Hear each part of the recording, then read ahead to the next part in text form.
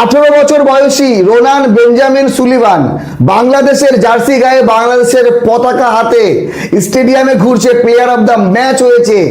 কিন্তু এই Ronan Benjamin Sullivan কোনোভাবেই বাংলাদেশি নাম না, বা আমাদের এই ভারতীয় উপমহাদেশের নাম না, একটি বিদেশি নাম। কিন্তু রোনান বেঞ্জামিন সুলিভান একজন বাংলাদেশি বংশোদ্ভূত, আর বাফুফে সুযোগ করে দিয়েছে বাংলাদেশের জাতীয় দলের হয়ে প্রতিনিধিত্ব করতে, এবং প্রথম ম্যাচেই দুইটি গোল দিয়ে, চোখ ধাঁধানো দুটি গোল দিয়ে রাতারাতি বাংলাদেশের ফুটবলের আন্ডার-20 সুপারস্টার হয়ে গেছে এই রোনান সুলিভান। তার প্রশংসক রাতারাতি মিলিয়ন হয়ে গেছে। তো বিষয় হলো যে বাংলাদেশের ফুটবলের এই যে উন্নতি, এই যে বাংলাদেশি বংশোদ্ভূত যে সকল ফুটবলার প্লেয়ার বিদেশে ভালো খেলে, ভালো জায়গায় আছে, ভালো ক্লাব ক্রিকেট খেলে, এমনকি বয়সভিত্তিক প্লেয়ারদেরকেও নিয়ে এসে জাতীয় দলের হয়ে খেলাচ্ছে, এটা অনেক বড় বিষয়, যেটা হয়তো আমরা করতে পারছি না, আমাদের নিয়মের বাইরে আছে। কিন্তু বাংলাদেশ ফুটবল ফেডারেশন এরা কিন্তু ভালোভাবে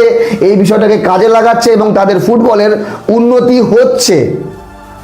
বাংলাদেশের ফুটবল আরও একবার চর্চার কেন্দ্রবিন্দুতে।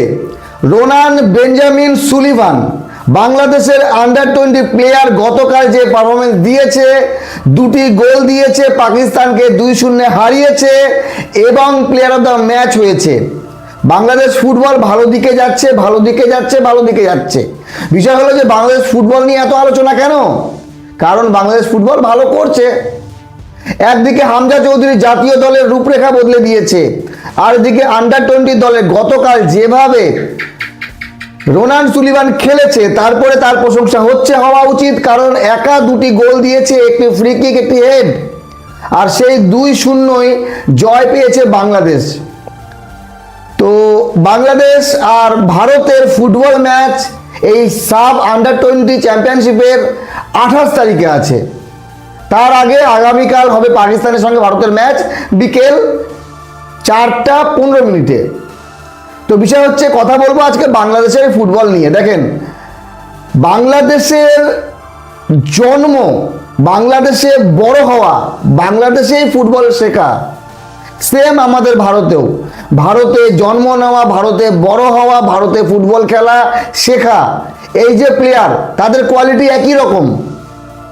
কিন্তু বাংলাদেশের বংশোদ্ভূত হোক বা ভারতীয় বংশোদ্ভূত হোক, যাদের জন্ম আমেরিকা, ইউরোপ কান্ট্রিতে, যেখানে ফুটবলের একটা আলাদা ক্রেজ আছে, যেমনটা আমাদের এখানে ক্রিকেটে, আমাদের এখানে বাচ্চা জন্ম নিলে বাবা মা ভাবে কি ক্রিকেটার বানাবো, সচিন তেন্ডুলকার বানাবো, বিরাট কোহলি বানাবো, বুমরা বানাবো, জাহির খান বানাবো, বাংলাদেশে হয়তো ভাবে সাকিব আল হাসান বানাবো, তামিম বানাবো। কিন্তু কেউ কি বলে যে আমরা ফুটবলের এই ফুটবলার বানাবো, রোনালদো বা মেসি বানাবো? খুব কম বলে।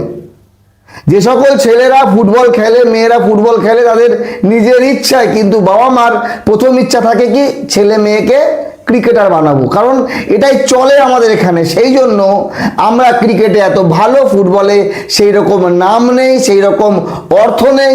সেই জন্য ফুটবলের দিকে আমাদের এখানকার ছেলে মেয়েরা অতটা ফোকাস দেয় না, যতটা ক্রিকেটে, অতটা পরিশ্রম করে না ফুটবলে যতটা ক্রিকেটে। কিন্তু তাই America, England, Argentina, Brazil, France, Italy, এই সকল দেশে যে ফুটবল কালচার, সেই কালচার যদি সেই রকমই আমাদের এখানেও হয়, তাহলে আমাদের দেশের ফুটবলাররাও কিন্তু ভালো ফুটবল খেলবে।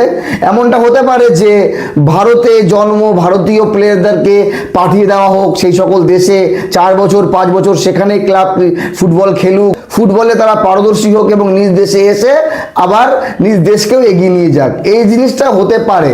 তবে বারবার একটা জিনিসই যেটা হলো বাফুফে করছে, সেটা হলো নিজেদের দেশের ফুটবলটাকে এগিয়ে নিয়ে যাওয়ার জন্য বাংলাদেশি বংশোদ্ভূত বিদেশে যারা ভালো খেলে, যারা ক্লাব ক্রিকেট খেলে, এই যেমন রোনান সুলিভান, তার ভাই ডেকলান সুলিভান, এদেরকে নিয়ে এসছে।